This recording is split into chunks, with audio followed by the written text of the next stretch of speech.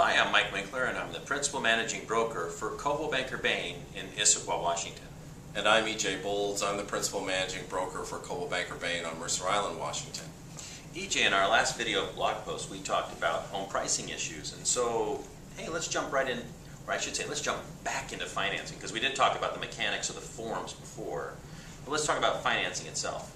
That's right, Mike. And financing, aside from the price that a buyer pays for their home, is the most important piece of the home buying process, because it's where they find out what their monthly payment's going to be, and of course that's of ultimate importance to us as consumers. Well, and it is actually probably the ultimate issue anyway, because frankly, if you don't get financing, unless you're a cash buyer, you don't get the home.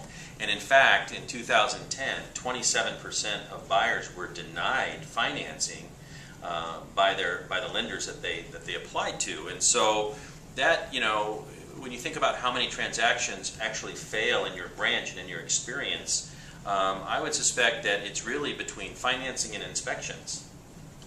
Yeah, absolutely. That's where we see most of the problems. One of the first steps I think that a buyer needs to pay attention to is whether they're dealing with a lender or a broker. A lender works for the institution that's actually going to fund the loan, and in the contract it gives the buyer much more flexibility in terms of changing loan products. If a buyer is working with a broker, they're working with taking another step to work with a lender, and so every time that they change lenders, they may have to get permission from a seller. So that piece alone can be of utmost importance to the buyer. Mike, what's the real estate broker's role in helping the buyer obtain financing? Well, I think that the realtor's role is really simple. They're a referral source.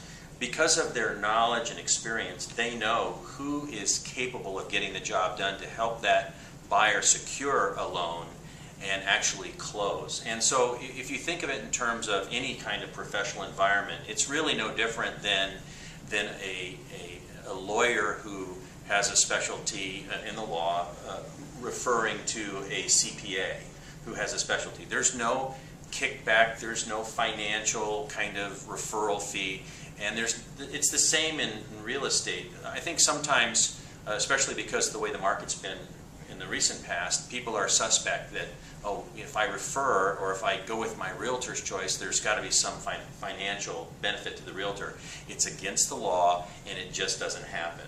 And so really, it is using the realtor's experience, just like with home inspectors and everything, to help you, to guide you to get the right lender that can actually get it to close so you can get your home.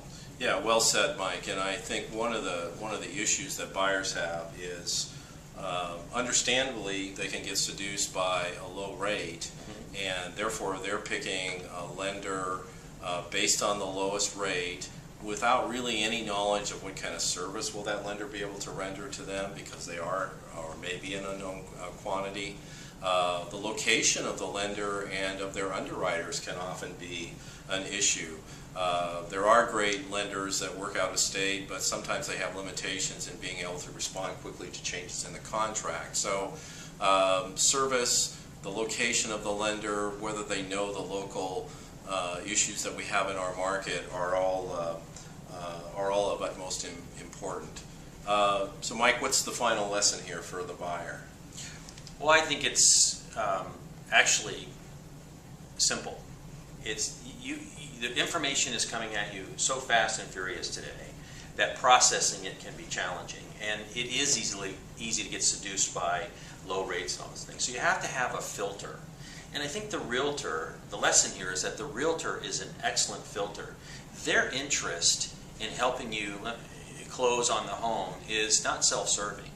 In fact, they have more at stake than anybody, because if you're unhappy, you're going to make a lot of people know that you're unhappy. And if your realtor's the core of your unhappiness, that doesn't bode well for that realtor's career. So put aside all of the questions and doubts that you may have, and really, if you look at the history of the realtor that you're working with, chances are they've done a really good job because they're still in the business. And so the lesson is trust your realtor and let them be your filter and your guide through the process. And how appropriate to talk about this today because it's the 4th of July, and we're really talking about part of the American dream here. And you know, we're all proponents and components of helping that to come to fruition. So that's the lesson here. I agree. I'm E.J. Bolts. I'm Mike Winkler. Till next time.